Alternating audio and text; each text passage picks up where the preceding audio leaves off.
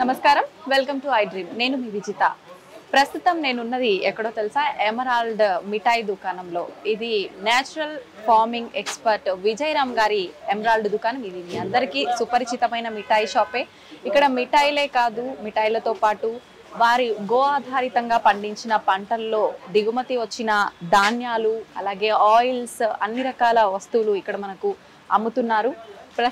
Present అందరికీ emerald అనగానే మిఠాయిలు, స్వీట్స్ ఇవే అనుకుంటారు. కాదండి, ఇక్కడ ప్రత్యేకంగా ఇంకొక ఐటమ్ ఏంటి అంటే ఆవు పాలు సాబుదానాతో కలిపి చేసిన ఒక ఐటమ్ అనేది చాలా ఫేమస్ అన్నమాట ఇక్కడ.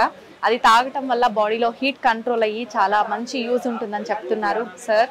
అలాగే ఇక్కడ ఉండే స్వీట్స్ అన్నీ కూడా కెమికల్ లేకుండా, సిల్వర్ కోటింగ్ పేపర్ అనేది లేకుండా చాలా నాణ్యంగా మంచి స్వచ్ఛమైన నెయ్యితో తయారు చేసి, ఆవు పాలతో తయారు చేసిన స్వీట్స్ దొరుకుతాయని సార్ మాటల్లోనే విన్నాము. అవన్నీ ఏంటో ఇప్పుడు ఒకసారి చూసేద్దాం.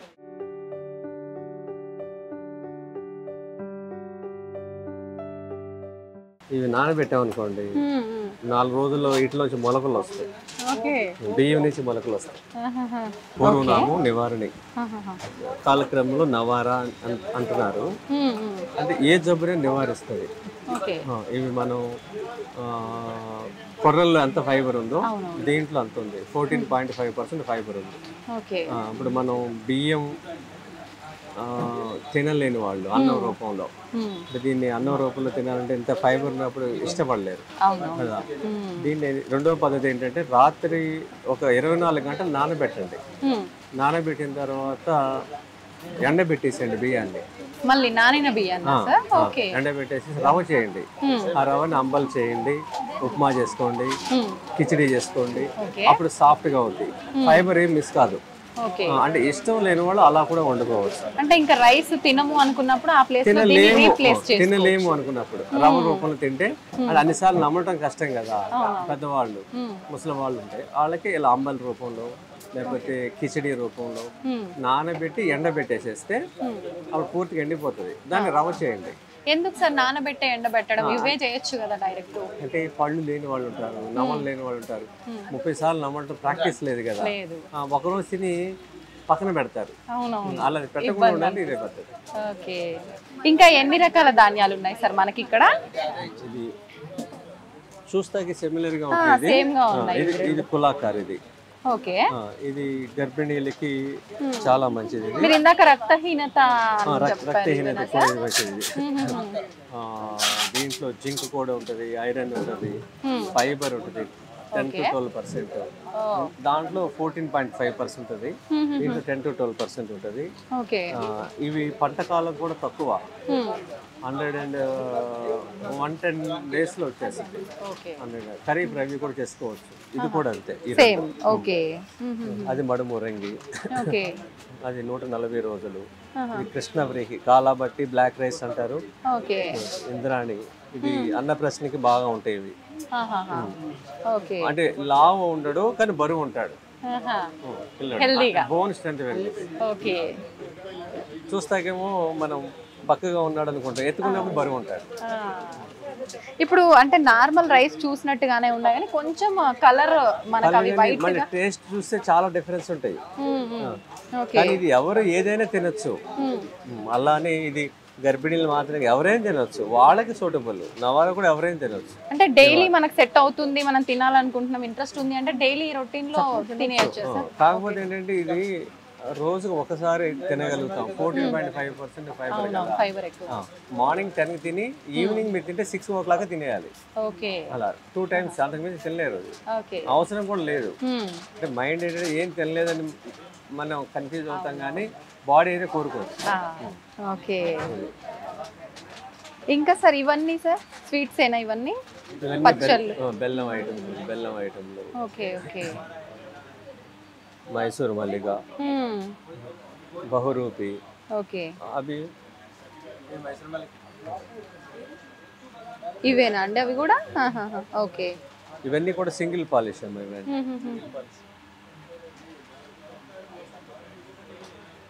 జనరల్ గా అంటే మనకు ఎమరాల్డ్ అనగానే స్వీట్ షాప్ మిఠాయి దుకాణం అనే సార్. ఇప్పుడు ధాన్యం అమ్మటం ఎప్పటి నుంచి స్టార్ట్ చేశారు? ఇది స్టార్ట్ చేసి 10 ఏళ్ళు అవుతుందండి. 10 ఏళ్ళు అవుతుంది. అంటే మనం ఎప్పుడైతే మనం సాధన చేసి తింటున్నామో అప్పటి నుంచి 10-12 ఏళ్ళు అయిపోయింది. ఓకే. ఇప్పుడు కొన్ని మిఠాయిలు కూడా తగ్గించేసాం. ఎందుకని సార్? ఈ సేల్ పెరగడం. మిఠాయి సమాజానికి అవసరం లేదు, మా జీవనాధారం. ఓకే. కానీ అది తినకపోయినా ఏం కాదు, ఇది తినకపోతే ప్రమాదం. Right sir. ఎందుకంటే సమాజానికి ఇది ఇవ్వాలి. ఎందుకంటే ఇప్పుడు మా షాపు సగం కిరాణా షాప్ అయింది, సగం మిఠాయి షాప్ అయింది. ఓకే, పోన్లేండి సార్, ఆరోగ్యంగా ఉండడం కోసమే కదా. దీన్ని ఎక్కువ ప్రాధాన్యత ఇస్తుంది. ఇంకా మీద కూడా దీన్నే పెంచుతాం ఎక్కువగా. ఇది అవసరం అమ్మా, మిఠాయిలు అవసరం కాదు. కానీ మేము బతుకుతున్నాం కాబట్టి అమ్ముతున్నాం. అలవాటు పడిపోయారు కదా సార్, పబ్లిక్ కూడా చూస్తున్నాం చాలా మంది అలవాటు పడ్డారు. దీని వెనక 200 మంది పని వాళ్ళు ఉన్నారు, వాళ్ళు బతికించడానికి చేయాలి. మా జీవనాధారం కూడా అదే. సరే, ఇది మిఠాయి షాప్ ఉంది కాబట్టి నేను పాలెక్కర ప్రోగ్రామ్స్ వాలంటీర్గా నేను చేయగలిగా. ఆయన ప్రోగ్రామ్స్ అని నాకు ఒక సోర్స్ కావాలి, ఇంకా అది పెట్టింది. కానీ మిఠాయిలో ఎక్కడ కృత్రిమ రంగులు కానీ ఏమి ఉండవు, ఫ్లేవర్స్ ఎసెన్స్ వెండి దగ్గర ఉండదు ఎక్కడ. ఇట్లా ఆవు పాలు 1000 లీటర్లు అమ్ముతాను, దేశీ ఆవు పాలు. రైతుకి 85 నుంచి 90 రూపీస్ నేను ఇస్తున్నాను బల్క్ లో. ఒకే చోట పోసినందుకు ఫార్మర్ కూడా బెనిఫిట్. ఇట్లా నేను దేశీ ఆవు. మీరు అంటే మీ దగ్గర ఉన్న గోవుల ద్వారా వచ్చే ఇంకా దీంతో పాటు ఒక 20 గోశాలకు సపోర్ట్ చేస్తున్నాను. Okay okay. చేసి ఇప్పుడు నాకు దగ్గరగా 1200 లీటర్లు పాలు, దేశీ ఆవు పాలు. ఇలా ఈ ఫార్మర్స్ కూడా వీటిల్లో 85% ఫార్మర్కి వెళ్తాయి పేమెంట్. ఓకే. దీంట్లో డైలీ 85,000 రూపాయలు ఒక రైతుకి వెళ్తాయి ఎవ్రీడే. అంటే 1,00,000 రూపాయలు ఏదంటే 85,000 వాళ్ళకి వెళ్తాయి. అలాగే పాల ద్వారా కూడా వెళ్తాయి. దీనివల్ల రైతులు ఇంకో ఎకరం సేద్యం పెంచుతున్నారు. అలాగే కారము మీద కూడా ఎక్కువ పనిచేస్తున్నాము, పసుపు మీద. నల్గొండలో గద్వాల్లో కూడా రైతులను పెంచుతున్నాము. మీ నల్గొండలో కూడా పెంచుతున్నాము. గద్వాల్లో శ్రీను అని నా దగ్గర 5 ఏళ్ళు పనిచేశాడు. అతని దగ్గర కూడా ఈ మిర్చిని, అంటే మిర్చి ద్వారానే ఎక్కువ క్యాన్సర్ వస్తుంది. ఈ మధ్య చూస్తున్నాం మిర్చికి రంగులద్ది. రంగులు ఒకటి కదండి, దగ్గరగా 10 to 15 టైమ్స్ స్ప్రే చేస్తారు.